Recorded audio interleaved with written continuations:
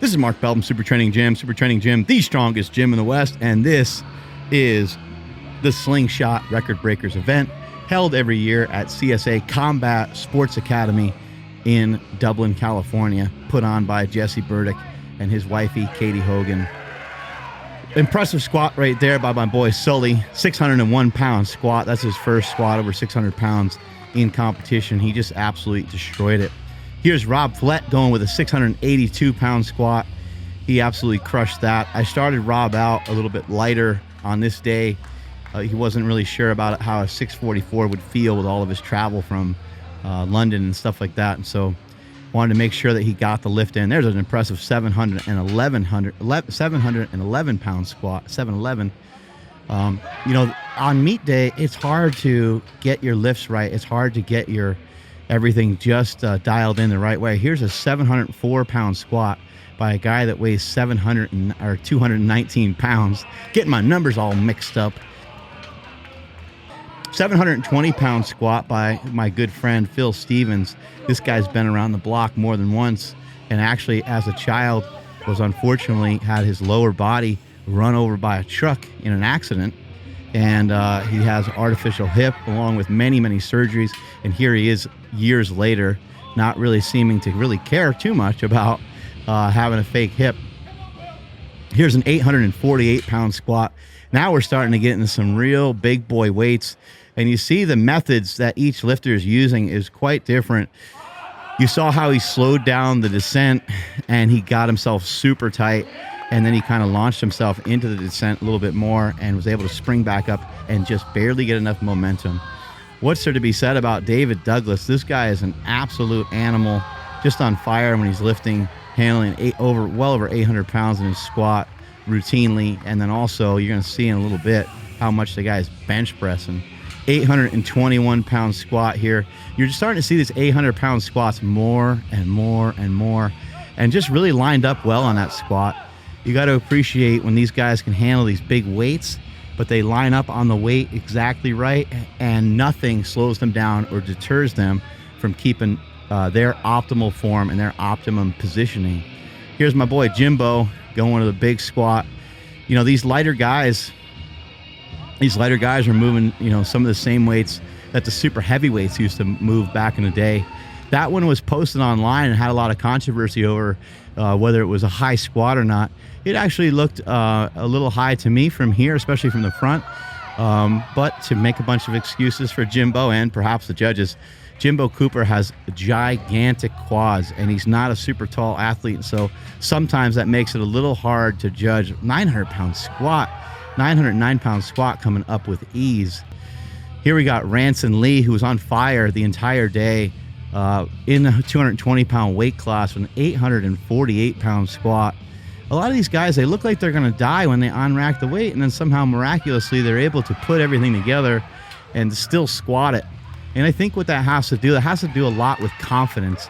Probably the coolest thing I saw out of everybody that lifted on Record Breakers was this guy right here, Andrew Herbert, former collegiate wrestler, former Olympic lifter, and current badass power lifter. And I don't understand how he's moving that kind of weight, over 940 pounds. And what was cool about that is he missed a lift previous to that, 959-pound squat. Unbelievable strength by a lot of these athletes. But Andrew Herbert missed his squat, missed it badly. And then while he was on the platform, he did the Ric Flair waving his finger in the air, loop-de-loo, like before Ric Flair would put someone in a figure four leg lock, as if it was like, hey, I'm going to retake this one again. Let's give this another shot. He went for it again, and he came back, and he nailed it. And that's what champions do. They don't use excuses. They're not afraid. They're not afraid to give something another shot when you have an extra try. You get 3 attempts in powerlifting, and so Andrew Herbert was one of the guys on this day that really utilized all 3 attempts to his advantage. Now we're starting to get into some 500-pound bench pressing. These guys are moving some big weights right here. 550 pounds. Edward Blair weighing 219 pounds. You know, it just doesn't really make any sense. You got a guy that doesn't weigh a whole lot, moving around a whole lot. How is he able to move around those weights when he doesn't even weigh that much? Our boy Jeremy Avila has made huge strides and huge progress on the bench press. great to see him get a 440-pound bench in there for the day. The guy deadlifts around 900 pounds and has squatted, I believe, over 800 pounds as well. Really well-rounded lifter. And one of the best lifters right now in the entire country, and maybe perhaps the entire world, is this guy right here, Kaler Woolham, who's breaking all-time world records in the total and in the deadlift. And he continues to improve his form on the squat and continues to improve his form and technique on the bench press as well. Andrew Herbert with an impressive 473-pound bench.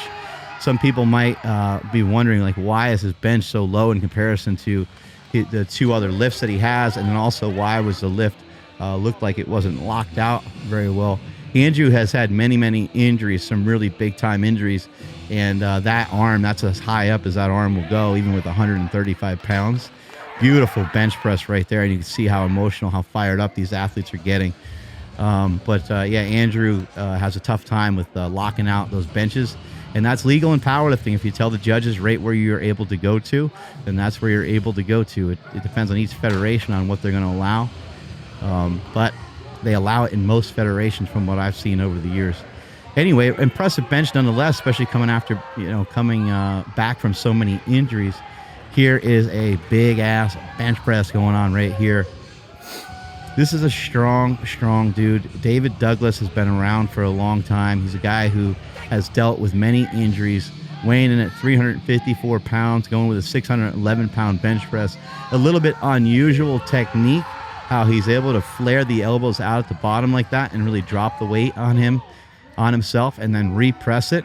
That's not a heave. That's still a legal lift, and so it's still within the rules. And why not take advantage of the rules? Whatever the rules are, find yourself a way to wiggle around them and through them and do the best that you possibly can, just like David Douglas was doing right there. You don't really see a lot of 600-plus benches done in full competition, but we were fortunate enough to see one on this day. A lot of people are pulling over 700 these days. A lot of the guys are pulling over 700. Very common for girls to start to pull in the 500-pound range more often than not nowadays. Now we also got Andrew Herbert with another big lift, 792. I'm a big fan of Andrew's, by the way. If you're wondering why I'm swinging from his nuts, it's because he's local and he's my homie. 792-pound pull, and jeez, it just looked easy. How's this guy able to make it look effortless? Plus, I love the fact that he's jacked. I love it when these athletes look like they lift, just like Jimbo Cooper. This guy looks like he lifts. This guy means business. Look how thick those damn biceps are. That is just awesome. It's awesome to be that thick and that powerful. I know that he's struggled a little bit in the deadlift in the past, and I thought he did well on this particular day. 722-pound pull. That's how you're supposed to do a sumo deadlift right there. That was really clean and really smooth, pressing his legs, pushing the floor away from him, rather.